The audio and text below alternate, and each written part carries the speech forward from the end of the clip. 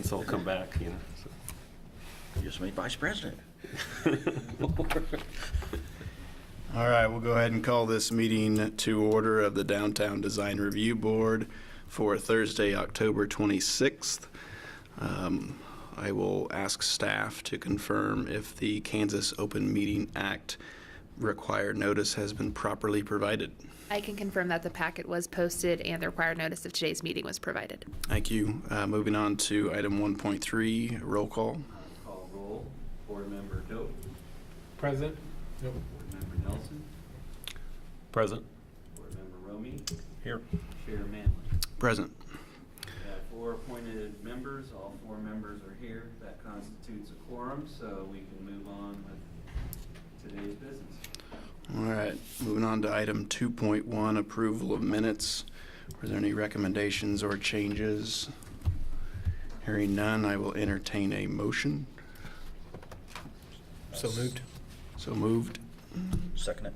Moved and seconded. Are there any comments? All right, all those in favor say aye. Aye. Aye. Opposed, same sign. Motion passes. And we'll move on to new business, item 3.1. We have 2 public hearing items for the board this afternoon. The first is item 3.1, and that is a certificate of compatibility application filed by Catherine Kitchen on behalf of Blue Beacon International, requesting the approval of a certificate of compatibility to allow the installation of awnings on the front facade of a building that's located on the west side of South Santa Fe, south of Iron. And the particular location is the building commonly known as the Teague Nelson Building, and it is addressed as 104-106 South Santa Fe Avenue. So as noted in the packet and the supporting information, a certificate of compatibility for facade improvements was approved by this board in 2021. And at that time, the property owner did not have specific tenants or planned use for the 2 storefront spaces on Santa Fe. And since that time, the Redfern Booksellers has moved into the tenant space on the left-hand tenant space at 106 South Santa Fe, and work is continuing on the adjoining tenant space to the north. And so the request that's before you this afternoon is to modify that original application to add retractable awnings to the front facade of the building. And so the application indicates that the awnings will be fabric type awnings, will be buttercream or warm white in color. They will run the full length of each storefront with a break over the entrance to the second floor as depicted in these drawings. And they're designed to be retractable, so if there is a high wind event or severe weather, they can be retracted in, but otherwise, when fully extended, they would go out 10 feet over the sidewalk and would be 12 foot of clearance above ground or above the sidewalk. And so in your packets was a photograph provided by the applicant of one of the images of this same storefront when it was the North Star drugstore, and that was kind of the inspiration for the addition of these awnings to the building. And as we noted in our report, this property was nominated for the National Register of Historic Places, but was not approved for the National Register, but was approved to be on the state register. And so the owners are utilizing tax credits and working with the State Historic Preservation Office. And as we noted in our report, generally the requirements of the State Historic Preservation Office are would generally trump anything that the city would have as a local requirement, and this has been endorsed by the State Historic Preservation Office. They view awning installations as temporary installations, and they don't permanently cover or remove any of the architectural or character-defining features of the building. So we have provided you with some information about that, and on page 5 we have offered 5 findings that would tend to indicate that these awnings would be consistent with the city's design guidelines for downtown awnings. And as you can see, the character-defining features that are on the upper story will be maintained and preserved. They're compatible with the material and style of the building facade. They're retractable and operable, and that is encouraged by our downtown design guidelines, and they have been planned so that they do preserve the building's historical character and architectural integrity. So your options would be to approve a certificate of compatibility for the awning installation project. You could approve it subject to any conditions approved by a majority of members. You could postpone consideration in order to acquire additional information concerning the proposal. You would need to set the date of that future meeting to postpone it to, or you could deny the application.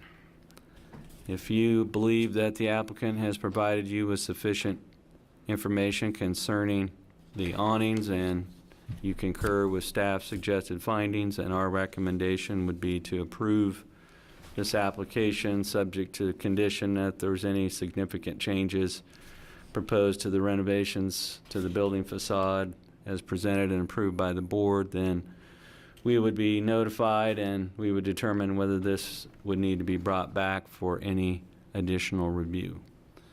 So with that, staff would be open to any questions. We have Katie Kitchen here representing the building owner. If you have questions for her,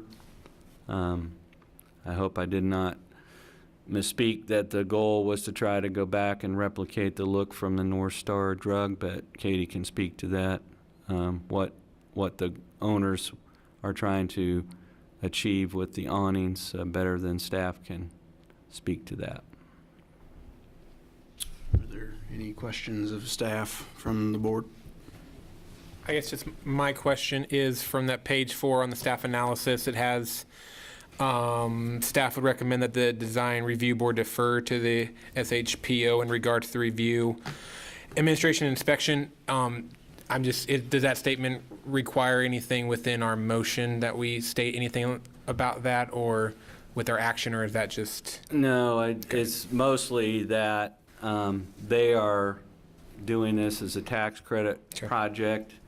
Tax credit projects tend to be fairly closely supervised by the State Historic Preservation Office, and that's basically a statement that says the city staff is not going to interject itself into this when the building owners are working with the State Historic Preservation Office. So we're just deferring to them on some items in terms of inspections and follow-ups and things like that. So that's mostly just to inform the board that this is being done, working with the State Historic Preservation Office, and they're going to be on site more and looking at things more than city staff would be, so we tend to defer to them on projects like this. Something similar occurred with the Stiefel Theater downtown, where much of that work that was done at the Stiefel was done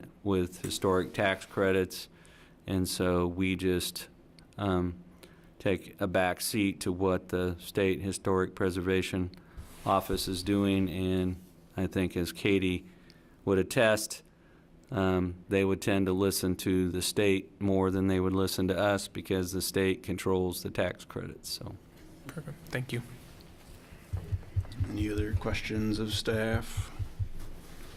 Are there any comments by the applicant today?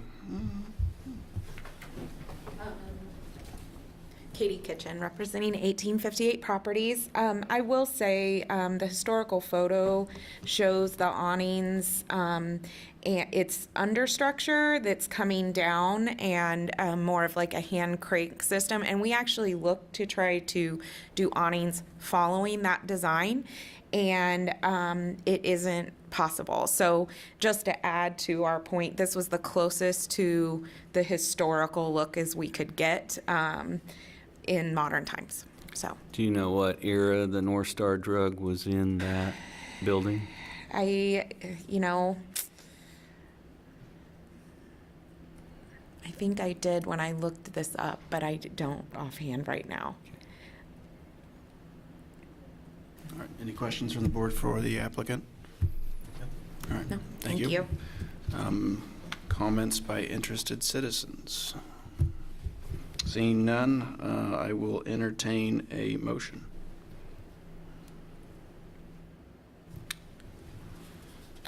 I'm moved to approve certificate of compatibility for the project subject to any conditions approved by majority of design review board with the stipulations that if there are any significant changes proposed with the renovations to the building facade as presented to or approved by the board, that development service staff will be notified and determine whether additional staff or DRB review will be required. A second. All right, is moved and seconded. Any other comments or discussion? Hearing none, all those in favor say aye. Aye. Aye. Opposed, same sign. Motion passes 4-0. Thank you. Item 3.2.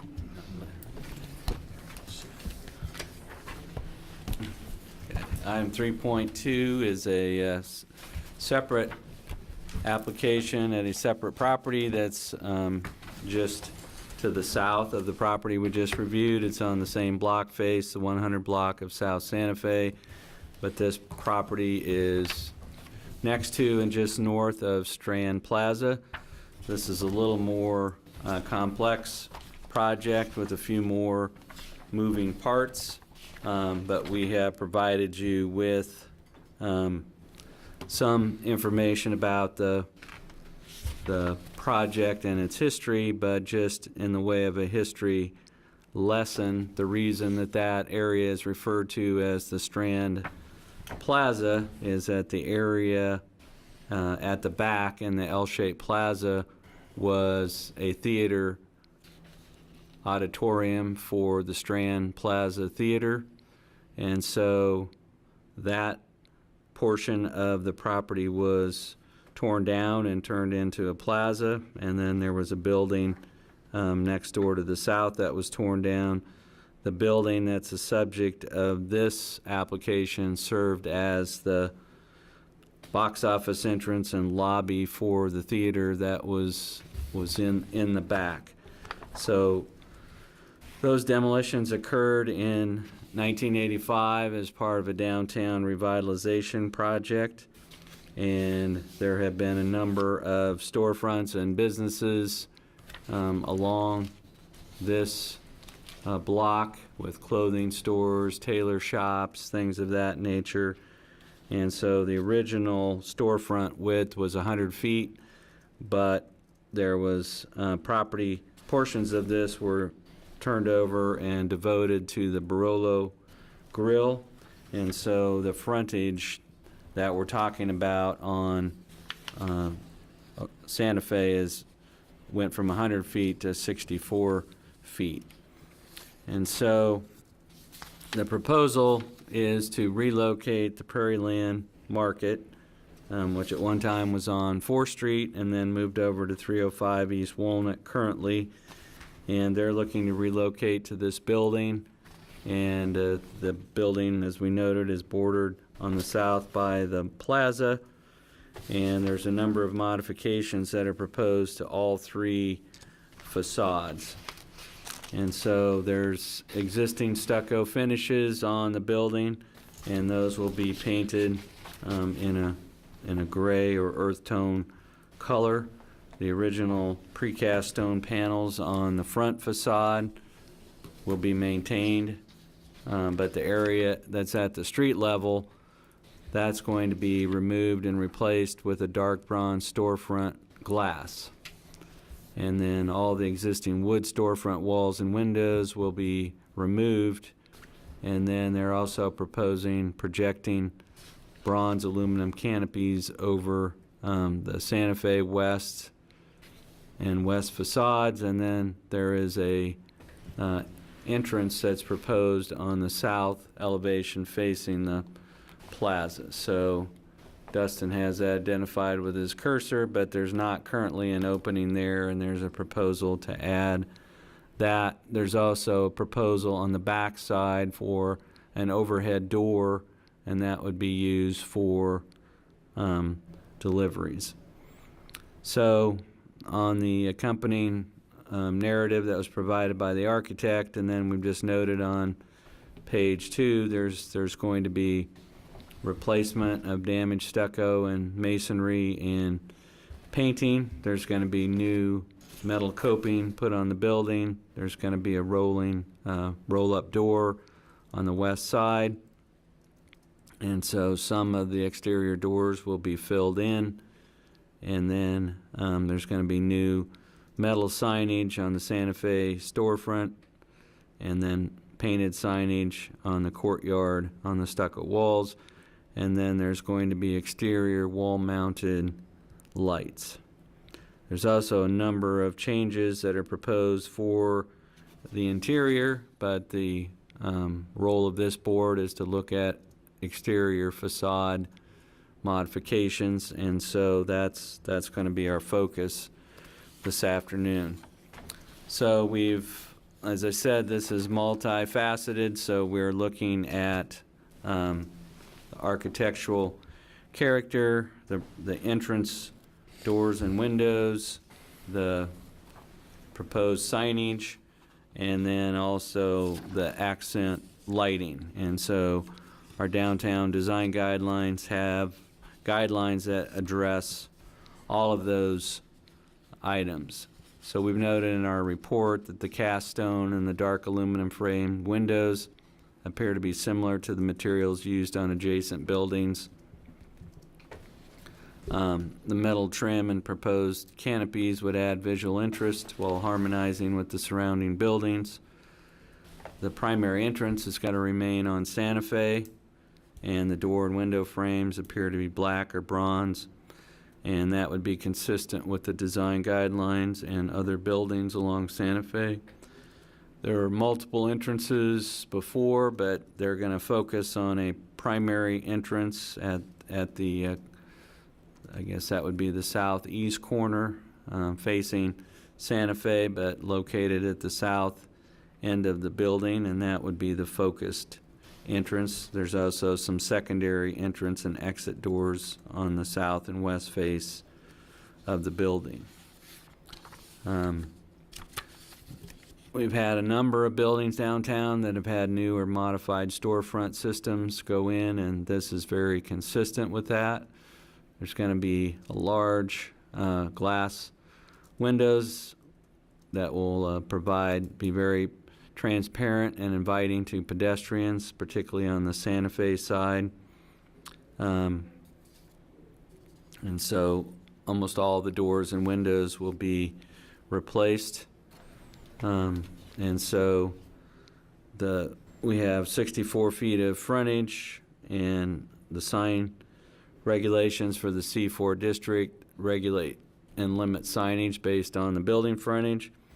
And so we've had some discussions with the project architect about the number and size of signs. And so this was submitted after your packet went out to just show a scaled down version of the sign package.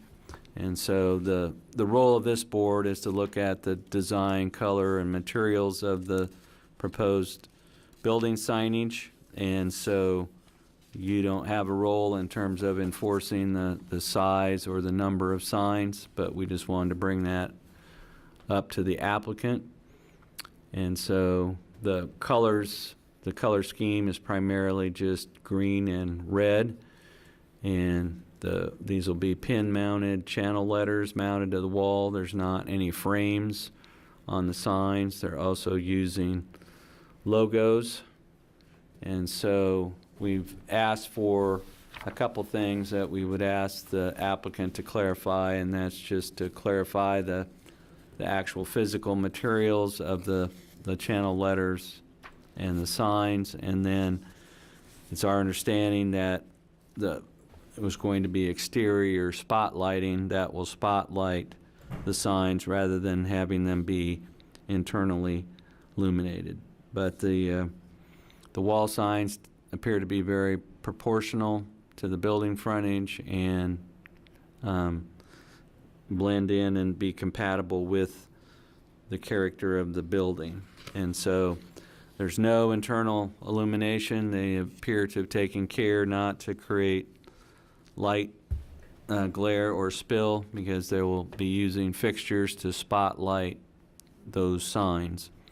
And so we have provided some suggested findings on page 9 of your report. Since there's so many elements of this, we have made comments or findings about a number of those, including the signs. And so your options this afternoon would be to approve the application and all the elements that are involved in the exterior renovations, including the facade and signage. You could approve the application subject to any conditions approved by a majority of the board. You could postpone consideration of the application to acquire additional information. You would need to identify that future meeting date, and then you have the option of denying the application as presented.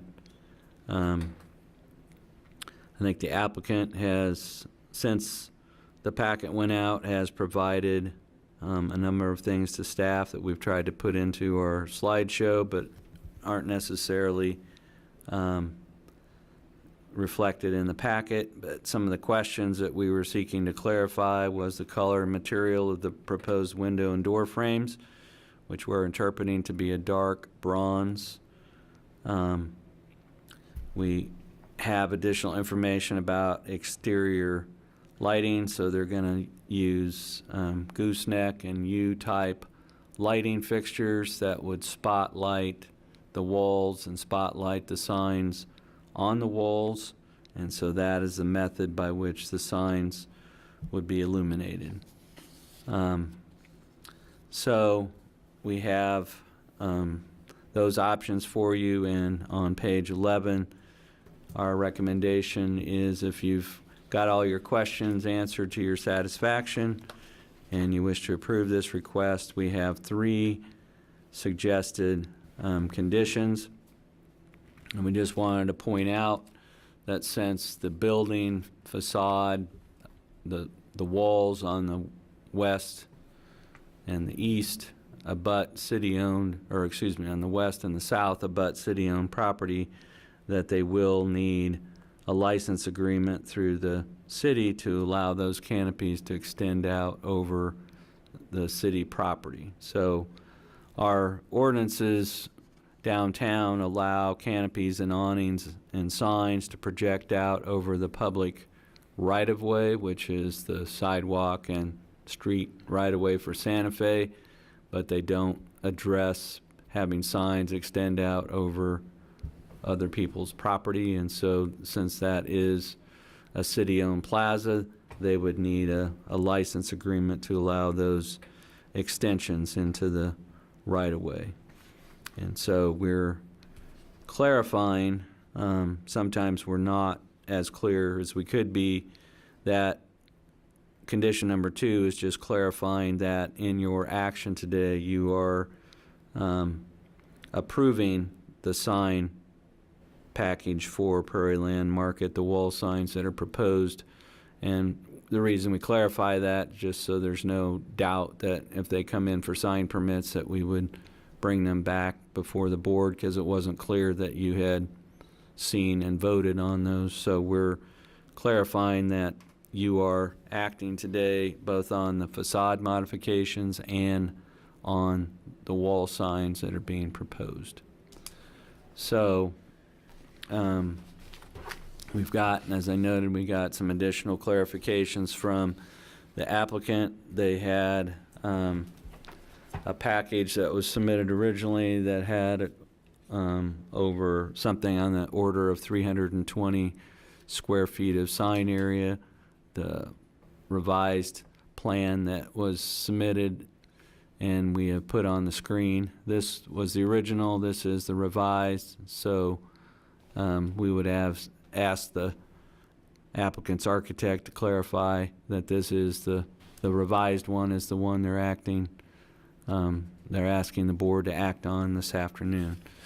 So with that, I would be open to any questions that the board has. I think the architect might be in a better position to answer some of your questions, but if you have something you want staff to provide, we're open to questions. Are there any questions of staff? All right. I'll entertain comments from Mr. Renz. Charles Renz, Jones Gillum Renz Architects. So thank you for letting me be here. Dean went through everything very thoroughly. In regard to some of the questions out there regarding the lights, the intent is all the wall signage is where all the letters are. Those are lit by those canopy lights right there, like you see that red example there. They'll be black lights, but with that similar appearance there to kind of wash the wall. So the intent was to not illuminate the letters. We just wanted a nice, simple, clean look with pre-finished powder-coated metal letters that'll be pin mounted on the walls.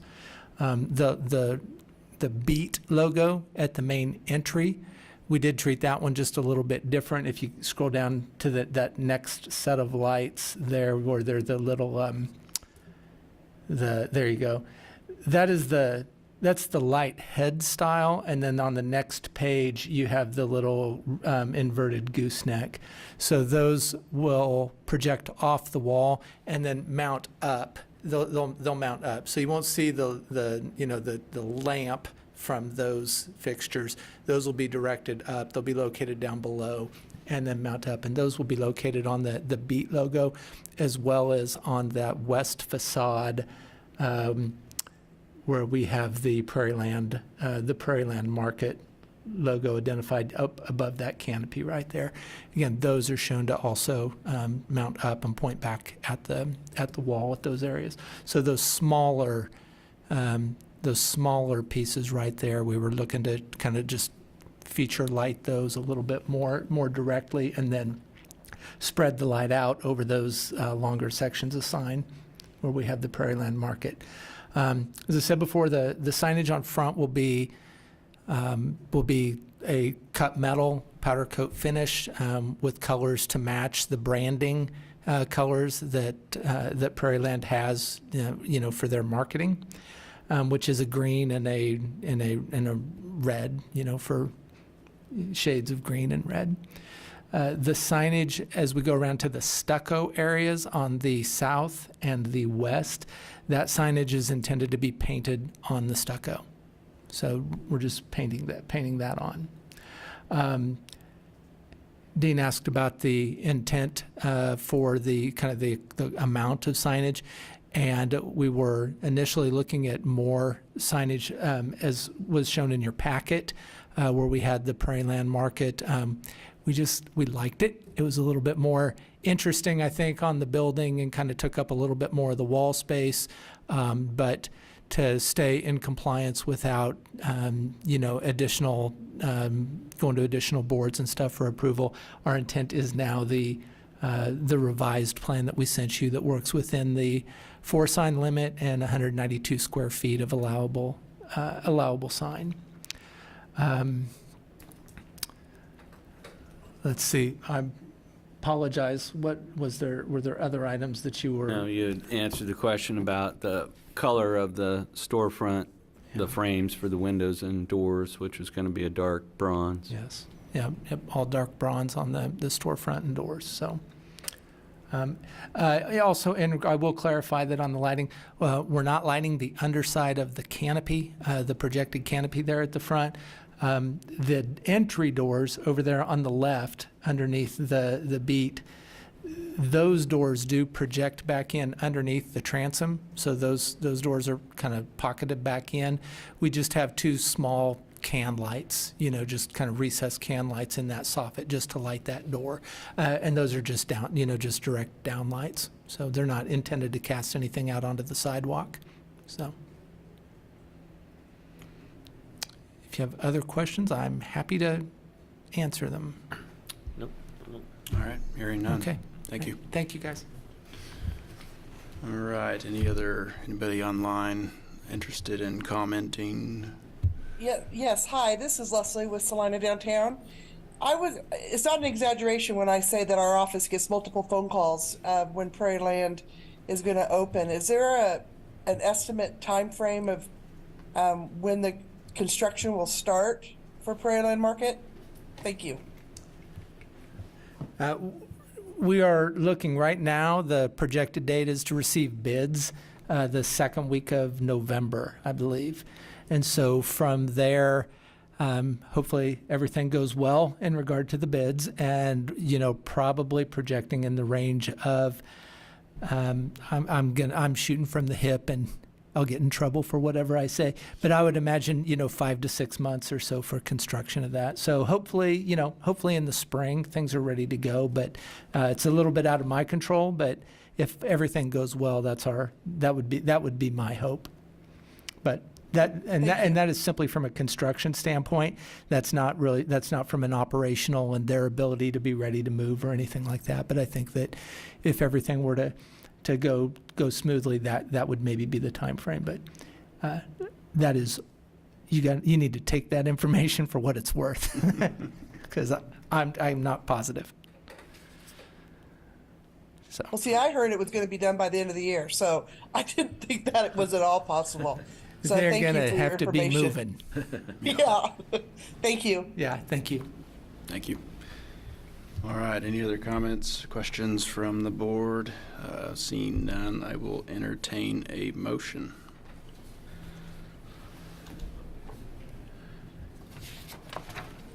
I move we approve with option number 2, subject to the conditions that staff recommend, the 3 recommendations for CC 23-14. That was a motion. Do I have a second? Second. All right, moved and seconded. Any other discussion? All those in favor say aye. Aye. Aye. All those opposed, same sign. Motion passes. Thank you very much. All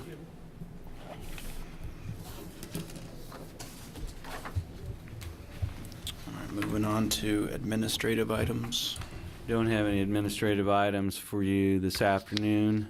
In terms of other business or future business at this time, we don't have any pending applications filed, and it looks like there would not be a meeting held on the 9th of November, but we will confirm that for you. We'll send an email out if that meeting has a meeting cancellation so that you have advance notice of that, but we don't have any pending applications that have been filed.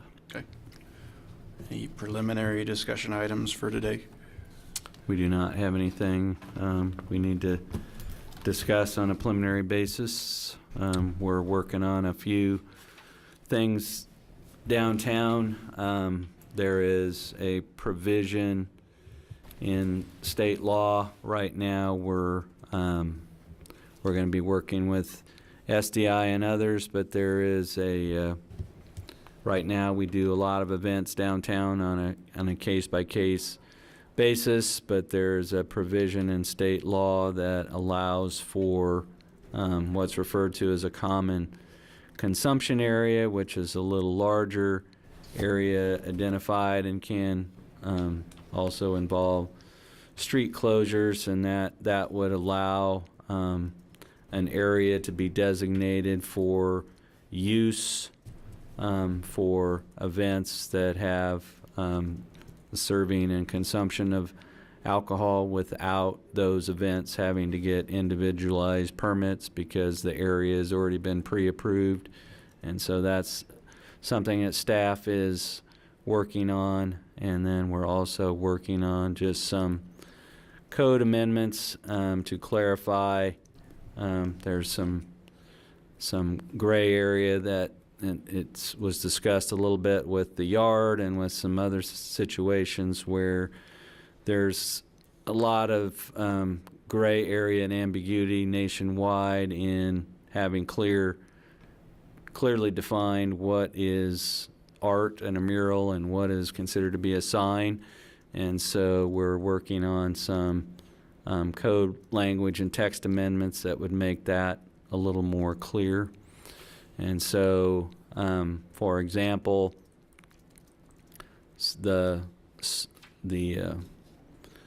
what I call the 67401 sign on the north side of the old Ad Astra bookstore, staff treated that as a sign because it had letters and numbers in it, and that came before the design review board. On the other hand, many of the murals that were done through the Boom Festival, those don't come before this board because those are considered to be art. But there's different ways of making that determination. Just because something has letters or numbers doesn't necessarily make it a sign. So we're working on some things just so that there's a bright line that's understandable to everybody to say when is something a sign that comes before this board and when is something art that doesn't come before this board. So we're working on that. Thank you. Unfinished business or other business for today? No, that's just our other businesses. It looks like you're going to get November 9th off, and the 23rd is Thanksgiving, so it looks like you're getting the whole month off with pay. All right, public forum. Looks like Leslie's not online anymore. All right, I will entertain a motion for adjournment. So moved. Moved. Seconded. All those in favor say aye. Aye. Opposed, same sign. Thank you very much.